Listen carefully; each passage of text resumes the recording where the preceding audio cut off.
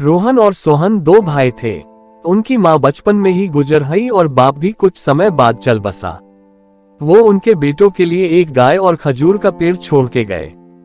रोहन चालाक और लालची था, जबकि सोहन दयालु और ईमानदार था। वह बड़े भाई पर विश्वास करता था। वे दोनों बाप की जायदाद को बांटना चाहते थे। रोहन ने कहा, मैं बिल्कुल निष्पक्ष रूप से बंटवारा करूंगा। तुम गाय के अगले वाला हिस्सा रख लो और मैं पीछे वाला हिस्सा रखता हूँ, और जिसके हिस्से से जो भी प्रॉफिट होगा वो खुद ही रख लेगा। इसी तरह से ये पेड़ का भी ऊपर वाला हिस्सा मेरा और नीचे वाला तुम्हारा रहेगा।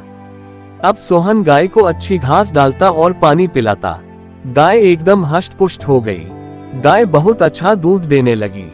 रोहन के हिस्से में दूध आया। उसने दूध को बेचा और ढेर सारा पैसा कमाया, लेकिन उसने सोहन को अपने पैसे में हिस्सा नहीं दिया।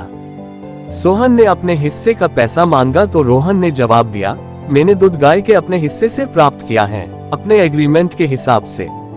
हम दोनों केवल अपने हिस्से से लाभ प्राप्त कर सकते हैं। सोहन ने कुछ नहीं कहा। एक बुद्धिमान आदमी ने सोहन को सलाह दी और कान में कुछ कहा। अगले दिन जब रोहन गाय का दूध निकल रहा था तो सोहन ने गाय को अगले भाग से पीटा। इससे गाय लात मारनी शुरू कर दी। रोहन चिल्लाया, अरे मूर्ख, तुम गाय को क्यों पीट रहे हो? देख नहीं रहे मैं दूध निकाल रहा हूँ। सोहन ने कहा, गाय का अगला हिस्सा मेरा है, मैं चाहे जो करूँ। यही अपना एग्रीमेंट है। रोहन ने कुछ नहीं कहा। आखिरकार वो सोहन को पैसे में हिस्सा देने को तैयार हो गया। सोहन ने कहा, केवल पैसा ही नहीं, तुम्हें गाय को खिलाने और उसकी देखभाल करने में भी हिस्सा शेयर करना होगा। रोहन मान गया।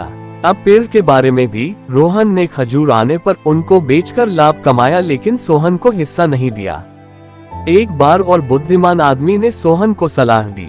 अगले दिन रोहन खजूर को उतारने के लिए पेड़ पर चढ़ा और खजूर इकट्ठे करने लगा, तो सोहन आया और नीचे से पेड़ को काटने लग गया। रोहन सोहन पर चिल्लाया, तो सोहन ने उसको एग्रीमेंट के बारे में याद दिलाया, मैं मेरे हिस्से के साथ कुछ भी कर सकता हूँ, मेरे मामले में टांग मत अड़ाओ। रोहन को अपनी गलती का एहसास हो गया।